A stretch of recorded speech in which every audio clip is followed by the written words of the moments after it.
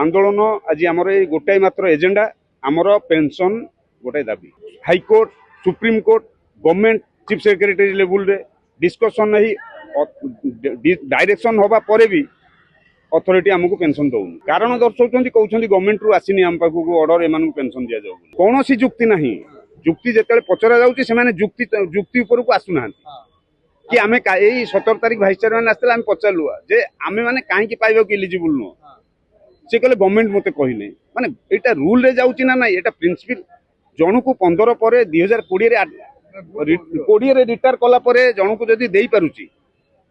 2015 रु 20 भितर किसी लोक रिटायर कर रही से भुवन दास पर भी आज पर्यंत रिटायर कर लोक रही जन को केमती दि जाए को प्रिंसिपल जदि गोटे सीडीए रे प्रिंसिपल आडप्ट है 2015 पर पेंशन दबा अल्ट्रा भाइरस तो होता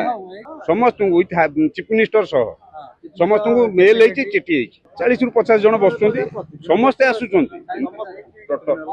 आमर 9म दिन है दाबी रही पेंशन आमर केवल गोटे